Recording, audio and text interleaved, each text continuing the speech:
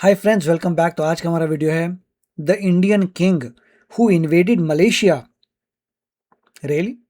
तो चलते हैं, शुरू करते हैं। चोला साम्राज्य का इतिहास और विरासत। The greatest empire in the south, the most powerful. The Cholas. Chola Empire, the Great Cholas. The Chola Empire.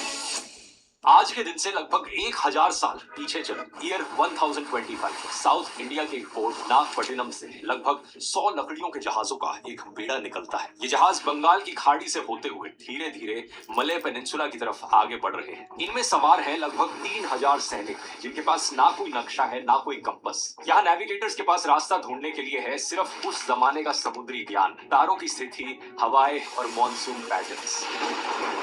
इसी दिशा में आगे बढ़ते रहो साथियों। सवार कर रहे इन सभी लोगों की मंजिल सिर्फ एक है, 2000 किलोमीटर से भी ज्यादा दूर श्री विजय नाम के समुद्री साम्राज्य का शहर कदारम। यह आज के दिन के मलेशिया के केदा स्टेट का रीजन है। इस मिशन में गलती की गुंजाइश बहुत कम है। एक गड़बड़ होते ही पूरा मिशन ताश के पत्तों की तरह टह सकता है। अपनी आंखें खुली रखना, दुश्मन के जहाज हमें देख ना पाए। सबसे पहली बात, ये पूरा हमला सरप्राइज पर टिका है। अगर कदारम को एक दिन पहले भी खबर लग गई तो वो शहर बंद करके सीज की तैयारी कर लेंगे और ये 3000 सैनिक समुद्र के बीच ही फंस जाएंगे। दूसरी चीज, अगर कुछ भी गलत हुआ तो कोई मदद के लिए नहीं आएगा। अगले पूरे 1 साल तक कोई भी मदद करने वाला जहाज वहां से गुजरने वाला नहीं है। यानी ये 3000 लोग एक दूसरे देश के किनारे पर पूरी तरीके से अकेले होंगे। लेकिन इस कहानी में सबसे अजीब बात यह है कि जिस राजा ने पूरा हमला प्लान किया था वो खुद इस हमले में मौजूद। इस पूरी कहानी में एआई का कमाल नजर आ रहा है। Very nice. ही नहीं था। वो राजा तो असल में हजारों किलोमीटर दूर अपनी राजधानी में बैठा था। मैं बात कर रहा हूँ दोस्तों फेमस राजेंद्र चोल की, ऑल्सो नोन एज राजेंद्र चोला। राजा चोला, राजेंद्र चोला, ये नाम भारत की पहचान और गौरव के पर्याय है। इन्हें इंडिया का सबसे महान कॉन्करर भी बताया जाता है। पूरी इंडियन हिस्ट्री में हमें ऐसे बहुत कम इंडियन रूलर्स देखने को मिलते हैं जिन्होंने हजारों किलोमीटर दूर जाकर किसी और देश पर हमला किया हो, और ये हमला दोस्तों उन्हीं में से एक था। लेकिन सवाल ये आता है कि क्या ये हमला कामयाब हुआ? क्या अगले 2 हफ्तों में ये जहाजों का बेड़ा वो कर दिखाएगा जो भारतीय इतिहास में पहले कभी किसी ने नहीं किया था? या फिर ये 3000 से ज्यादा सैनिक बिना किसी मदद के, बिना किसी उम्मीद के समुद्र के बीच गायब हो जाएंगे? आज के वीडियो में जानते हैं दोस्तों चोल साम्राज्य की कहानी। ये कहानी शुरू तमिलनाडु से होती है, लेकिन असल में ये पूरे इंडिया की सबसे एम्बिशियस मिलिट्री कहानियों में से एक है। नमस्कार दोस्तों, इस कहानी को समझने के लिए हमें अपनी टाइमलाइन में करीब 10 साल पीछे जाना होगा।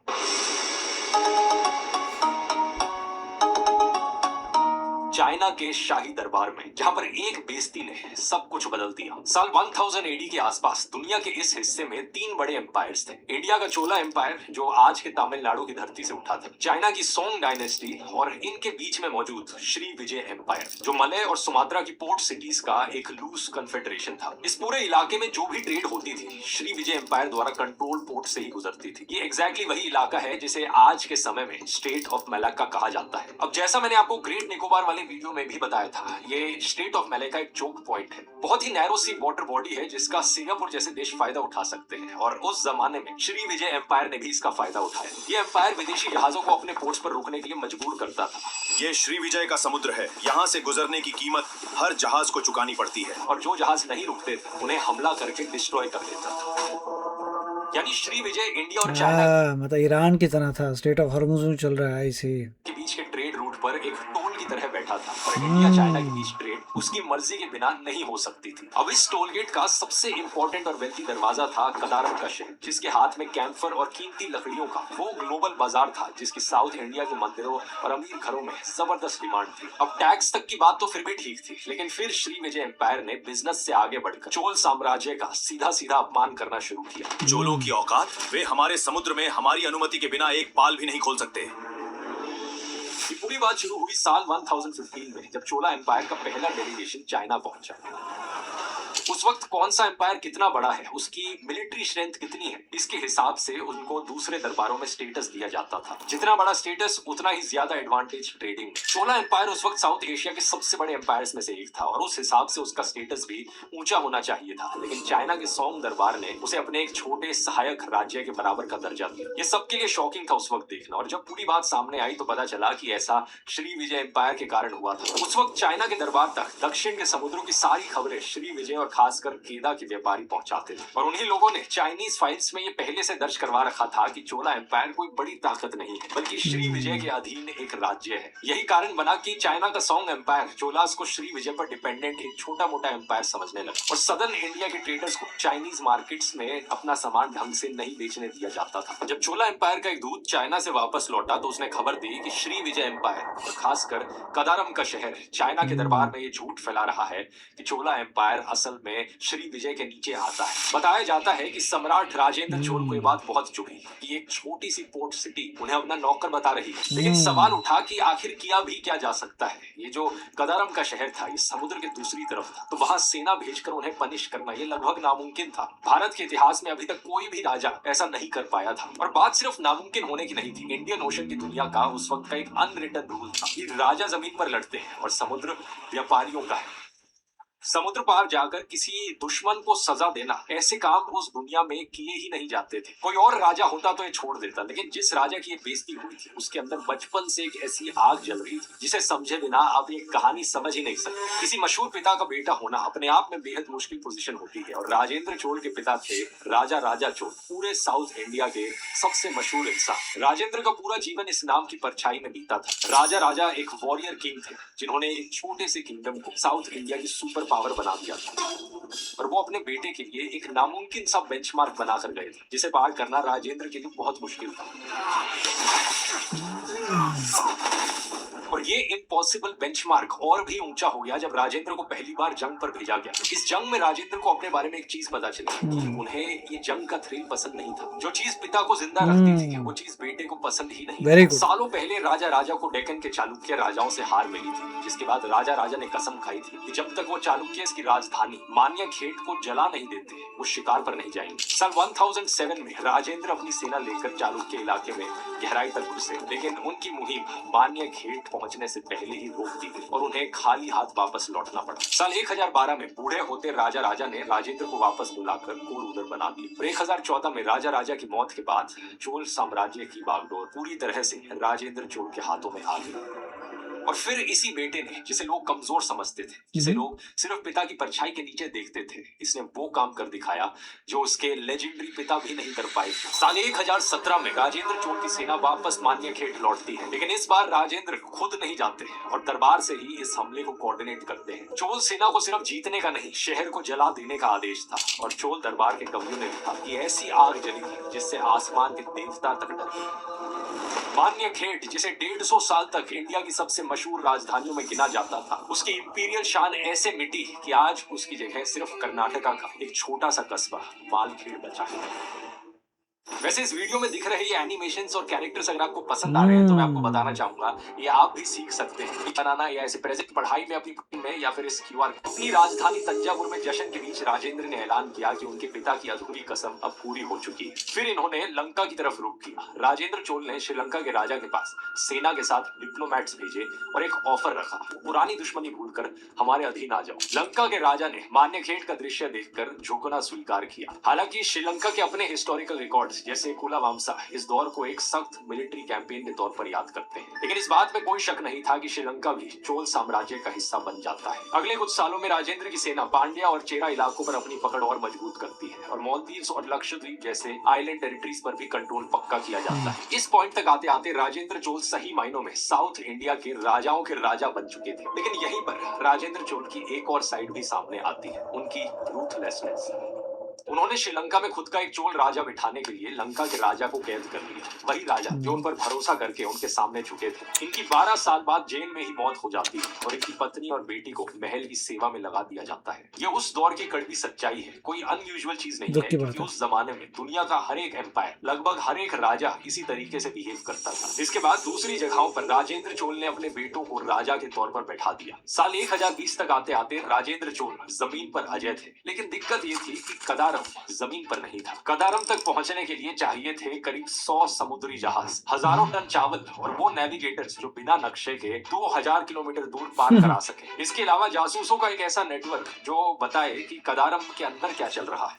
और ये किसी ने फोकस नहीं किया टूल्स पे कि कंपास बना दो, सब कुछ राजेंद्र के पास नहीं था, लेकिन कुछ लोग थे जिनके पास एग्जैक्टली यही सब था, मर्चेंट ग्रुप्स। राजेंद्र चोल और मर्चेंट ग्रुप्स दोनों को ही एक दूसरे की जरूरत थी। उस वक्त के सबसे बड़े मर्चेंट ग्रुप का नाम था 500। अब ये नाम सुनकर आपको लगेगा कि ये 500 लोगों का कोई छोटा सा ग्रुप होगा, लेकिन असलियत ये थी कि ये 500 हजारों मेंबर्स वाली फ्रेंचाइजीज का एक पूरा नेटवर्क था जो एक ही ब्रांड नेम के नीचे काम करते थे। इनका कोई सीईओ नहीं था, ना ही कोई हेड ऑफिस था, लेकिन इनके मेंबर्स ब्राह्मण से लेकर अमीर किसान तक, सुनार से लेकर प्रोफेशनल वॉरियर्स तक थे। ये एक बहुत पावरफुल ग्रुप था जिसके पास अपने मर्सनरीज तक थे। एक हिस्टोरिकल इंस्क्रिप्शन के मुताबिक जब किसी ने 500 के एक मेंबर का मर्डर कर दिया तो उन्होंने एक मर्सनरी भेजा जिसने मर्डर करने वाले के पूरे परिवार को खत्म कर दिया। इस ग्रुप ने उसे एनिमी चीजर की उपाधि दी, ठीक वैसे ही हुई जैसे कोई राजा अपने लोगों को देता है। समुद्र में भी ये ट्रेडर्स पुराने खिलाड़ी थे।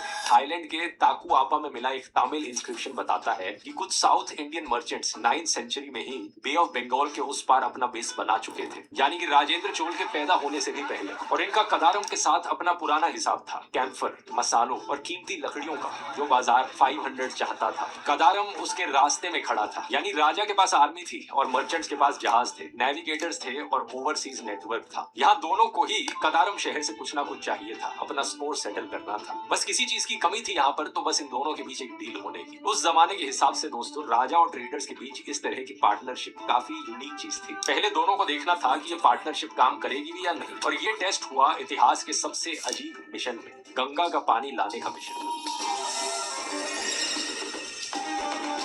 पुराने जमाने के सबसे बड़े राजाओं के राजा यानी राष्ट्रकूट राजा गंगा के मैदानों पर हमला करके गंगा का पवित्र पानी लाते थे और उससे अपनी नदियों और साम्राज्य को पवित्र करते थे। अब इस पॉइंट तक राजेंद्र चोल साउथ इंडिया में राजाओं के राजा बन चुके थे, लेकिन अभी भी सभी ने उनका रूल स्वीकार नहीं किया था। उनकी नजर में इसका एक ही समाधान था कि धार्मिक रूप से भी राजाओं का राजा बनना, रिलीजन का इस्तेमाल करना अपने आप को एम्परर घोषित करने के लिए। इसी कारण से राजेंद्र ने फैसला लिया कि हम एक नया विशाल मंदिर और एक नई राजधानी बनाएंगे और उसे पवित्र करने के लिए गंगा का पानी लाया जाएगा। ये किसी पागलपन से कम नहीं था, क्योंकि इसका मतलब था कि कई सारे राजाओं से लड़ते लड़ते 2000 किलोमीटर दूर बंगाल में जाना सिर्फ गंगा का पानी लेने के लिए। डीप साउथ के किसी भी राजा ने पहले ऐसा कभी कुछ नहीं किया था। साल 1022 चोलास की विशाल सेना निकलती है, जो शायद उस वक्त साउथ एशिया की सबसे बड़ी सेनाओं में से एक है। ये सेना बंगाल की तरफ आगे बढ़ती गई, एक के बाद एक जो राजा उसके सामने आया उसे हरा दिया और आखिर में बंगाल तक पहुंच गई, जहां के पाल राजा को हराकर सैनिकों ने उसके हाथियों और खजाने पर कब्जा कर लिया। इस पूरी कैंपेन का धार्मिक मकसद अपनी जगह पूरी तरह से असली था, लेकिन इसके अंदर ही अंदर एक और हिडन चीज भी टेस्ट करी जा रही थी। हजारों सैनिकों की इस सेना को हर दिन सैकड़ों टन खाना चाहिए था, तो स्ट्रैटेजी बनाई गई कि आर्मी समुद्र के किनारे किनारे चलेगी और समुद्र में 500 जैसे मर्चेंट ग्रुप्स के जहाजों के बेड़े होंगे। इन जहाजों पर खाना और सप्लाईज होंगी जो ये आर्मी तक पहुंचाते रहेंगे। चोल सेना की जीत के बाद बंगाल से मिट्टी के घड़ों में गंगा का पानी भरकर साउथ इंडिया लाया गया, जहां गोदावरी नदी के किनारे हाथियों और झंडों की कतारों के बीच राजेंद्र चोल खड़े थे। युद्ध में हारे हुए बंदी राजाओं के हाथों से गंगा का पवित्र पानी राजेंद्र चोल के हाथों में डाला गया। इसके बाद कावेरी डेल्टा के उत्तर में एक कैनाल काटकर गंगा का पवित्र पानी इसमें डाल दिया गया और यहाँ बसा दोस्तों एक नया शहर, गंगईकोंड चोलपुरम। इसकी ट्रांसलेशन है उस चोल का शहर जिसने गंगा को जीता। इस जीत के साथ गंगा को नहीं जीता, बट ओके। टेस्ट भी सक्सेसफुल हो चुका था। 500 के पास अब वो एक्सपीरियंस था जो दुनिया के किसी और मर्चेंट ग्रुप के पास नहीं था। दर्जनों आर्मी रेजिमेंट्स को महीनों तक सप्लाई करने का एक्सपीरियंस। अब चोल की सेना कदारम को सबक सिखाने के लिए तैयार थी।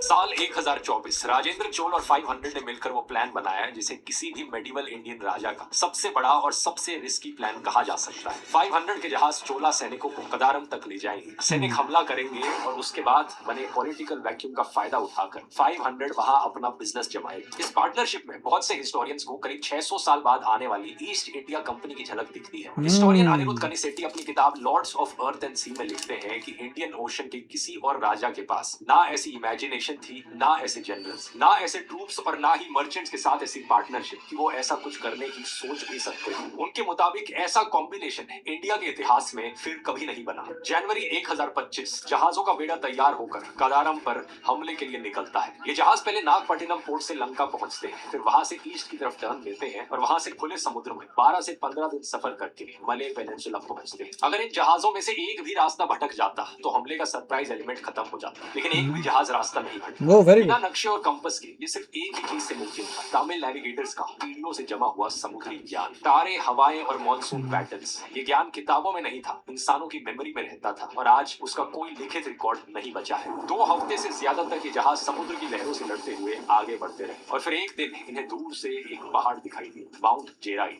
वही पहाड़ जिसके नीचे कदारम शहर बसा हुआ था। शहर के दरवाजे जवाहरात से जगमगा रहे अरे थे। वाह। जहाजों के यहाँ पहुंचते ही छोटी छोटी नावें पानी में उतारी गई और हजारों सैनिकों ने लूटपाट, मारना और तबाही करना शुरू कर दिया। कदारम के राजा संग्राम विजयतुंग वर्मन को एहसास भी नहीं हुआ कि उनकी जिंदगी का सबसे बुरा दिन आ चुका है। वो अपनी हाथी की सेना के साथ बाहर निकले, लेकिन तभी उन पर भालों और तीरों की बौछार होने लगी। वो नीचे गिर पड़े और उन्हें पकड़ लिया गया। इसके बाद शहर के मशहूर जवाहरात जड़े दरवाजों को उखाड़ कर इंडिया भेज दिया गया ताकि राजेंद्र चोल उन्हें पब्लिकली डिस्प्ले कर सके। लेकिन चोल सेना ने सिर्फ कदारम पर हमला नहीं किया, मले पेनिनसुला और सुमात्रा की 12 पोर्ट सिटीज पर भी हमला किया गया। श्री विजय एम्पायर की capital city Palembang, modern day Thailand और म्यांमार के कुछ हिस्सों के पोर्ट्स, इन सब पर चोल सेना ने हमला करके उन्हें लूटा। मकसद था श्री विजय की ताकत और साख को तोड़ देना। Correct. वो टूट गई। पालेमबांग की कहानी सबसे ड्रामेटिक है। ये शहर इतना अमीर था कि इसकी नदी में रहने वाले सरपंच देवताओं को रोज सोना चढ़ाया जाता था, लेकिन कदारम के गिरते ही इसकी साख ऐसी गिरी कि दोबारा कभी नहीं उठ पाया। पूरा श्री विजय कॉन्फेडरेशन बिखरने लगा। अगले 100 साल तक साउथ ईस्ट एशिया के समुद्रों पर किसी एक ताकत का राज नहीं रहा। सोचकर देखो, ये सुनने में कितना अनबिलीवेबल लगता है। सिर्फ 3000 सैनिकों ने समुद्र पार करके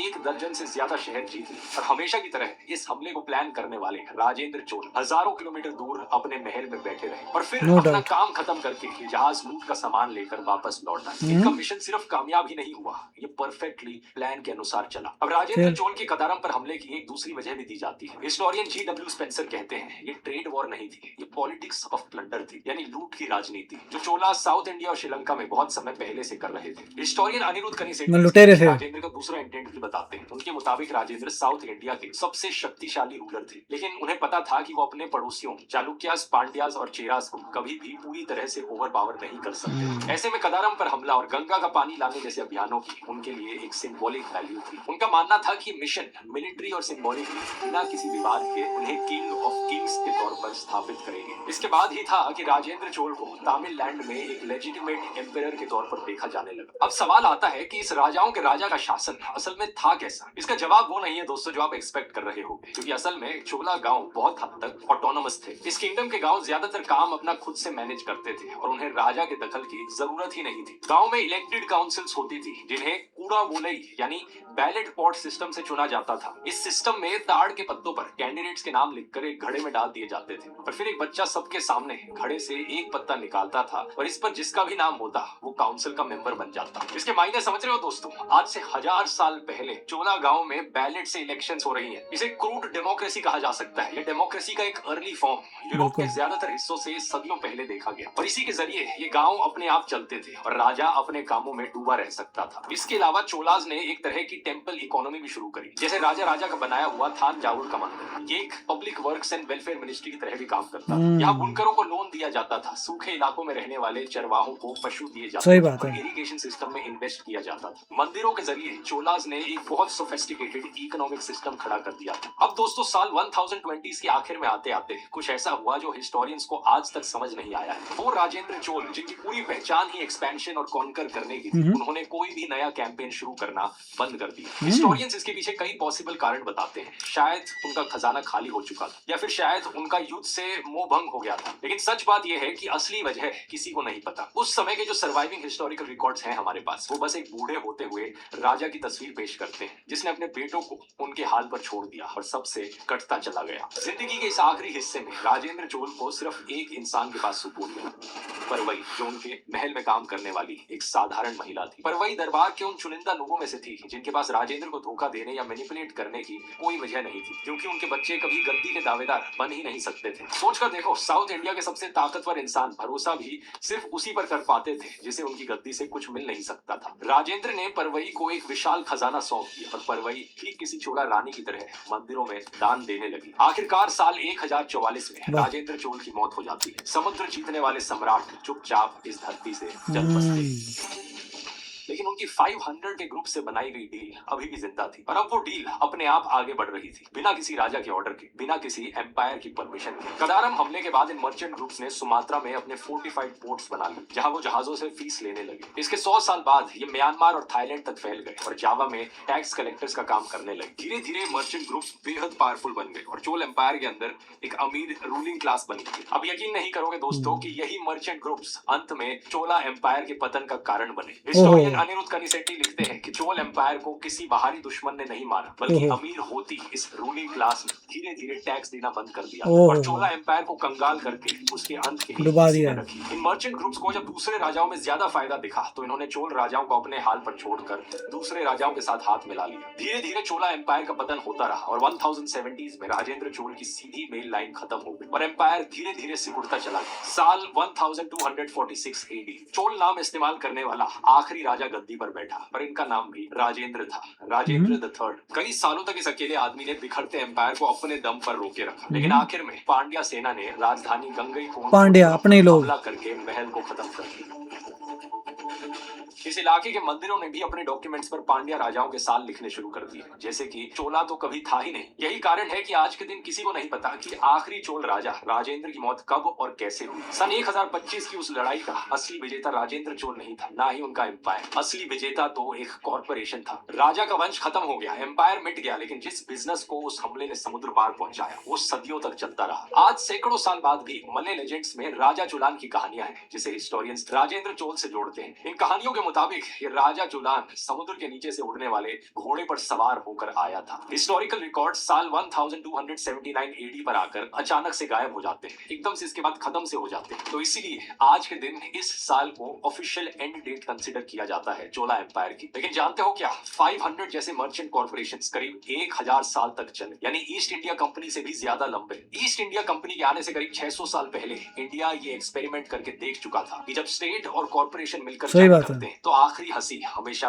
कॉर्पोरेशन की होती है। यही चीज दोस्तों आगे जाकर कारण बनती है ईस्ट इंडिया कंपनी के सक्सेस के पीछे। नहीं तो ये सोचने में भी अनइमेजिनेबल लगता है कि एक कंपनी ने आखिर पूरे देश पर कैसे कब्जा कर लिया। इतनी ही खौफनाक होती है एक ताकतवर कॉर्पोरेशन की पावर। अब अगर ये आप जानना चाहते हो तो इस पर मैंने पूरा डिटेल्ड वीडियो बनाया है। देखिए बहुत ही अच्छा था, बहुत ही अच्छे ग्राफिक्स यूज़ किए थे, बहुत प्यारा दिखाया था, सीनरी बहुत अच्छी थी, पूरी स्टोरी बताई है चोलास की कि कैसे चोलास राइज हुए और कैसे उनका डिक्लाइन हुआ, क्या क्या गलतियाँ की। मगर किंग अच्छा था जिसको वॉर नहीं पसंद थी बट करनी पड़ी, ज़माना ऐसा था, उसने लूट मार की। ये हिस्ट्री में एक्चुअली मैंने पढ़ा हुआ है और यही आया था कि चोलास ने अटैक किया था मलेशिया पे और लूट मार करके चले गए थे। दैट्स अ वेरी अनफॉर्चुनेट कि आप जा रहे हो लूट मार करके वापस आ रहे हो। ये नहीं कवर किया था कि रीज़न क्या था।